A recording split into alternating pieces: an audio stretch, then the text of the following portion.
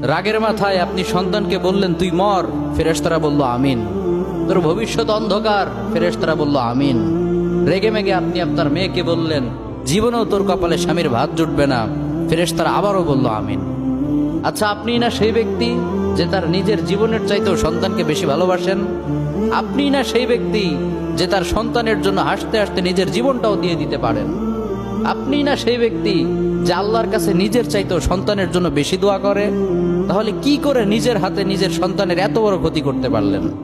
Doesn't make any sense. Common sense বলতে কিচ্ছু নাই আপনাদের। আপনারা কি জানেন না আপনাদের রাগের মাথায় বদদোয়া করাগুলো ফেরেশতারা আমিন বলে?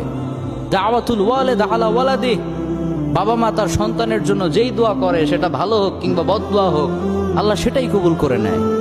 এজন্য খবরদার, নেভার কার্স ইউর চিলড্রেন। রাগের মাথায় কখনো সন্তানকে অভিশাপ করবেন না। খুব বেশি রাগ উঠে গেলে তার জন্য উল্টা ভালো